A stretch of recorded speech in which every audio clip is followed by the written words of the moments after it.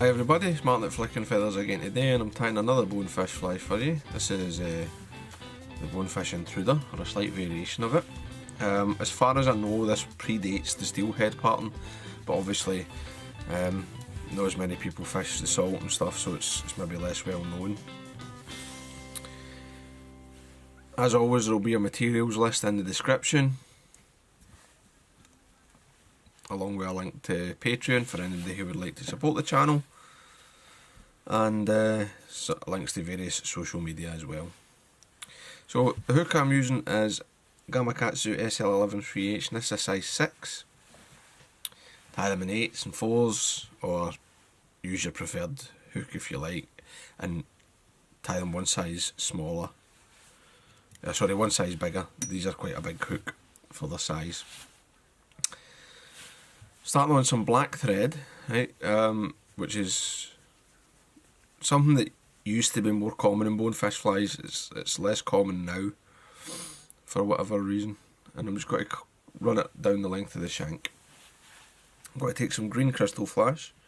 Well, this is the H2O twist from Fly Tyer's Dungeon, but it's the same stuff. It's just a much bigger packet.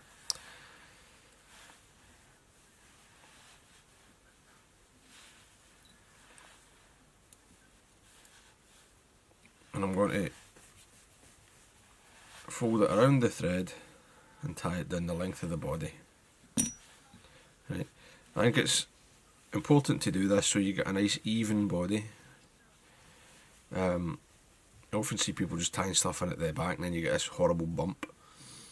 But if you coat that thoroughly like that, you get a nice smooth underbody. It makes life easier when you go to tie the rest of the fly. So it's lime green crystal flash and black thread.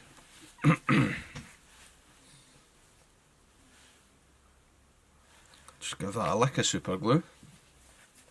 Right, that'll help. This will help to protect the crystal flash, because I want not to have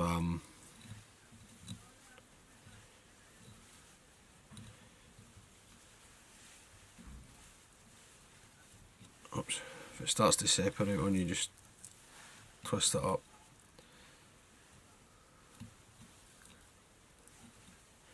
Right, I like to twist this as a rope.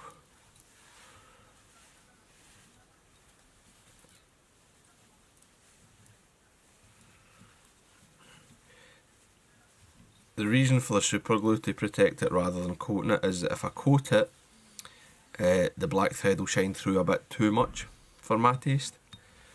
So the super glue just gives you a bit of extra durability.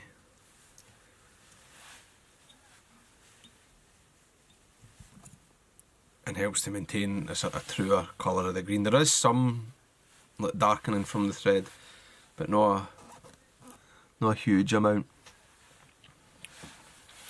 So I'm just going to take this down now. So I've got six strands here. I'm going to wind them to the eye, fold them back, and I'm going to cut them twice the length of the hook. Yep. Then I'm going to add some more flash material. Right, 2 or 3 strands of flashabou. Right, this is a really flashy fly. It's the kind of thing you want to do if you're out at first light or towards dusk. You know, this really helps catch their eye. So I doubled those 3 strands or whatever and cut them in half. I'm just going to tie them in about roughly the same length as that crystal flash. Fold it back so that I've got it down either side of the hook. Then I'll just come in and cut it. I don't need it to be all the same length. But you don't need a super taper either, as long as there's a bit of difference in them. There you have your flashy wing, right? I mean, this is any available light's going to be caught by this. It's probably not that good an idea to be fishing this in the middle of the day if there's a high sun. But early in the morning, late in the evening, skinny water, this isn't bad. Or a cloudy day, it can work. So the final material in the original was fish hair, I believe. But I'm using some lovely fox here. It's really, really super soft. So I'm just using that, and it's just white Arctic fox. And you can see how billowy that is when I move it. It's a really beautiful piece of fur I've got. So, similar length. 2 or 3 turns will hold it.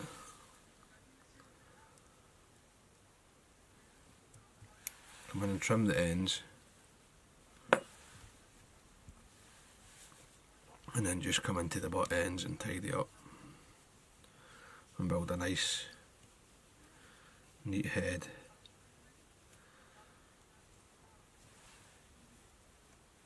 Just pull the wing vertically just to make sure it's in the right position, then it'll split around the hook, no problem. And then it's just a simple case coming in, quick whip finish, and again.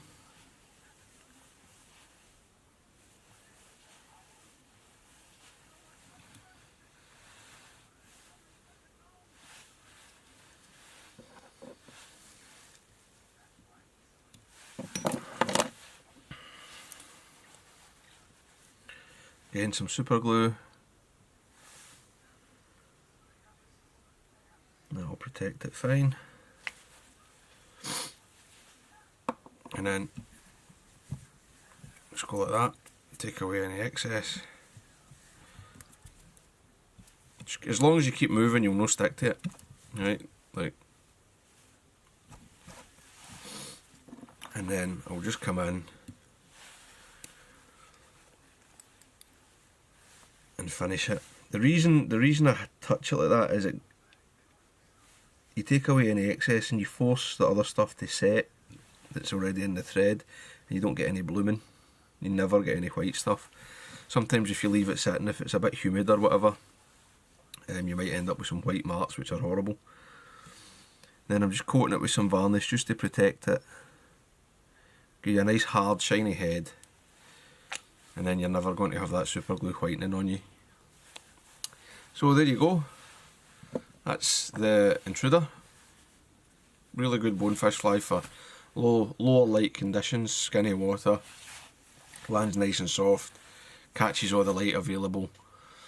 I mean, if you're out on a flat at dawn or dusk, you know, if you're DIYing or something, it's well worth having these in your box on a white sand flat. There are almost always fish on a flat at that time of morning, I find. Sometimes, regardless of the tide, you'll maybe come across fish, and something like this works very, very well for them. So thanks for watching, guys. Hope that was useful, hope you enjoyed it. If you did, remember to give me a thumbs up below and subscribe to the channel, and keep your eyes peeled for further videos. Tight lines, guys. Bye.